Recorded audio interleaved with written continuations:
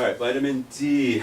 I think I've covered this before, but I'll say it again. For people who've been here a year before, last year, it's not really. They're not really vitamins. They're hormones that come from cholesterol, or all hormones come from cholesterol. So does vitamin D. Vitamin D, just like vitamin A, E, and K, is not just one vitamin, but a whole series of vitamins.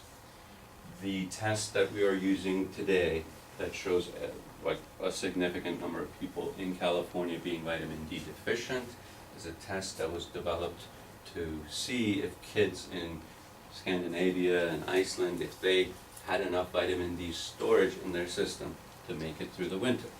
This does not necessarily have anything to say about the vitamin D levels of someone in California, someone who gets lots of sunshine and doesn't have to worry about the levels of a vitamin which is sunshine related in its activity. Having said that, I can tell you that there are people who will take that test and they will have low levels of the storage form of vitamin D. They will take vitamin D and they will feel better. But you should expect that for at least 40% of people, that you tell them to have vitamin D deficiency. Next, please. And in my experience anyway, and this is just my observation, I've not seen this published anywhere, when I order a full vitamin D panel, when I'm checking all 6 vitamin D metabolites, the majority of the people who come out vitamin D deficient, if you're checking their storage levels, will have normal vitamin D levels. And so my recommendation is just don't use the same test for Californians and Swedes. They're living in different places. They have different problems. And the other thing which is very important about vitamin D, African Americans have the lowest level of vitamin D in America, and also the lowest level of osteoporosis in America. Next. All right, so criticism for the allopathic or the pharmaceutical company. Namenda is a medication that was introduced about 15 years ago for treatment of dementia. Does have some benefits. The interesting thing about it is that some 12 years after they introduced it, they introduced Namenda XR, once-a-day version of a twice-a-day medication, otherwise no other advantage per se over. With this, they got 17 more years on a patent by something that could have probably done on day one, is to make an XR formulation and have it be on the market as such. Subsequently, now they have come up with a combination of a generic medication and Namenda, which again will give them another 17 years of a patent, which means this drug was introduced at $300 a month, and it will continue to be at that price for 17 times 3, that's 51 years.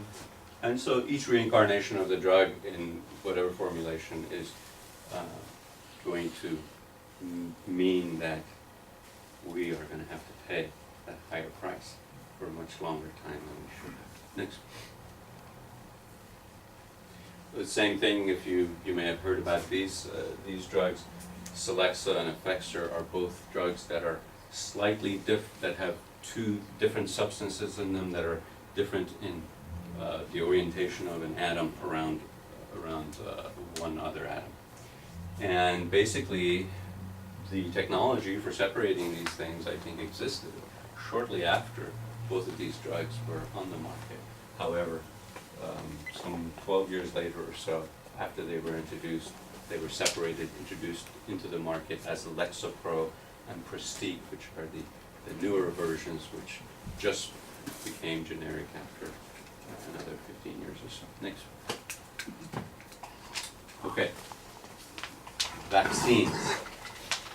Vaccines are probably one of the biggest advances we've made in medicine forever, and I believe that they have eradicated or controlled lots of diseases that would have killed lots of people but I think that when there's capitalism, when there's money involved, there's always a reason and an opportunity to take advantage of the situation and introduce something that may not be as helpful as things that saved lives many years later.